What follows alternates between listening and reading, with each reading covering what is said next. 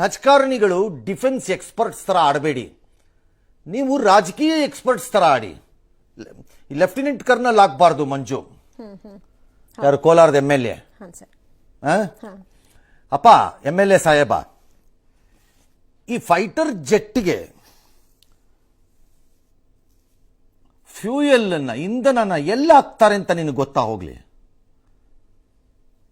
ಆ ಜೆಟ್ಟಿನ ಯಾವ ಭಾಗದಲ್ಲಿ ಅದಕ್ಕೆ ಇಂಧನ ಹಾಕ್ತಾರೆ ಅನ್ನೋದಾರು ಗೊತ್ತಾ ನಿನಗೆ? ಎಂತ ಯೋಗ್ಯರೆಲ್ಲ ಮಾತಾಡಕ್ಕೆ ಶುರು ಮಾಡಿಬಿಡ್ತೀರಿ. ಬಾಯಿ ಮುಚ್ಕೊಂಡು ನಿಮ್ಮ ಕೆಲಸ ಮಾಡ್ಕೊಂಡಿರ್ಬೇಕು. ಭೂಮಿ ಕೆರೆದ್ಬಿಟ್ಟು ಸೈಟ್ ಮಾಡ್ಕೊಂಡಿರಬೇಕು. That is your job. Do it. ಕಾಸು ಮಾಡ್ಕೊಂಡು ಸಾಯಿರಿ, ತಿಂದುಬಿಟ್ಟು ಅದನ್ನು. ಯಾವನ್ ಬೇಡ ಅಂದವ್ ನಿಮ್ಮನ್ನು. ಏನು ಬೇಕಾದ್ರೂ ಮಾಡ್ಕೊಳ್ಳಿ. ಆರ್ ಈ ಯುದ್ಧದಲ್ಲಿ ನಾನು ಪಾಕಿಸ್ತಾನ ಸಂಪೂರ್ಣ ಸೋಲ್ಸ್ಬಿಡ್ಬೇಕಾಗಿತ್ತು, ಇಂಡಿಯಾ ನಿಲ್ಲಿಸಬಾರ್ದಾಗಿತ್ತು. That's all right, that's a commentary. 4 ವಿಮಾನ ಹಾರಿಸಿದ್ರು, ಶೋ ಆಫು. ಕರ್ನಲ್, ನಿನ್ನೆ ಕಳಿಸ್ತೀವಿ. ಯೋಗ್ಯತೆಗೆ ಒಂದು ಆಟೋಮ್ಯಾಟಿಕ್ ರೈಫಲ್ದು AR ಲೆವೆಲ್ ಇಂದ್ರದ್ದು ಒಂದು ಗುಂಡು ಹೊಡೆದ್ರೆ ಅದ್ರದ್ದು ರೀಕಾಯಿಲ್ ಇದೆಯಲ್ಲ, ಅದನ್ನು ತಡ್ಕೊಳಕ್ಕಾಗಲ್ಲ ನಿಮ್ಮ ದೇಹಕ್ಕೆ. ಅದ್ರದ್ದು ರೀಕಾಯಿಲ್ ತಡೆಯೋಕ್ಕಾಗಲ್ಲ ನಿಮ್ಮ ದೇಹಕ್ಕೆ. ಇಲ್ಲಿ ಹಿಡ್ಕೊಂಡ್ರೆ ಇಲ್ಲಿ ನೋಡಿದ್ರೆ ಅಲ್ಲೋಗುತ್ತೆ ಬುಲೆಟ್. ಆಮೇಲೆ ಇಸ್ರೇಲ್ ನೋಡಿ ಕಲಿಬೇಕನ್ಸುತ್ತೆ. ಕಲಿತೀವಿ ಇಸ್ರೇಲ್ ನೋಡಿದ್ರೆ. ಫೂಲ್, ಇಸ್ರೇಲ್ ನೋಡಿ ಕಲಿಬೇಕಂತೆ. ಏನು ಇಸ್ರೇಲ್ ನೋಡಿ ಕಲಿಯೋದು? ನಿಮ್ಮ ತಲೆ ಏನು ತುಂಬಿಕೊಂಡಿದ್ದೀರಿ ತಲೆನಲ್ಲೆಲ್ಲ? ಯೋಗ್ಯತೆ ಇಲ್ಲದೆ ಇದ್ದವರೆಲ್ಲ ಮಾತಾಡ್ತೀರಿ. ಇಸ್ರೇಲ್ ಪಕ್ಕದಲ್ಲಿರುವಂತಹ ಪ್ಯಾಲೆಸ್ಟೈನ್ಗೂ ಈ ಕಡೆ ಪಕ್ಕದಲ್ಲಿರ್ಬೋದಾದಂಥ ಲೆಬನಾನ್ಗೂ ಏನು ಶಕ್ತಿ ಇದೆ? 4.5 ಲಕ್ಷ ಪಾಕಿಸ್ತಾನದ ಥರ ಚಿಲ್ಲರೆ ಸೈನಿಕರಿದ್ದಾರಾ? F-16 ವಿಮಾನ ಇದೆಯಾ? ಮಿಸೈಲ್ ಸಿಸ್ಟಮ್ಸ್ ಇದೆಯಾ? ಏನಿದೆ ಅವ್ರ ಹತ್ರ?